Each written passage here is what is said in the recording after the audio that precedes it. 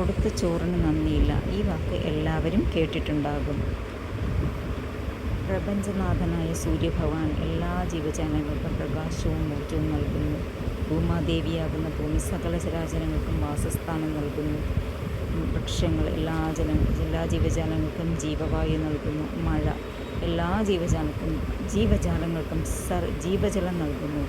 ഇവർ ആരും പറഞ്ഞിട്ടില്ല എന്നോട് നന്ദി കാണിച്ച് എൻ്റെ തീരുമാനങ്ങൾക്കനുസരിച്ച് ജീവിക്കണമെന്ന്. എന്നാൽ ചില മനുഷ്യർ ഇതിൽ നിന്നും വ്യത്യസ്തരാണ്. അവർ ചെറിയ ചെറിയ സഹായങ്ങൾ ചെയ്തിട്ട് അതിന് നന്ദി കാണിക്കണം, അവർക്ക് അടിമയായി ജീവിക്കണം എന്നുള്ള വാക്കുകൾ പറയുന്നു. ഇങ്ങനെയുള്ളവരോട് സഹായം സ്വീകരിക്കാതിരിക്കാൻ പ്രത്യേകം ശ്രദ്ധിക്കുക.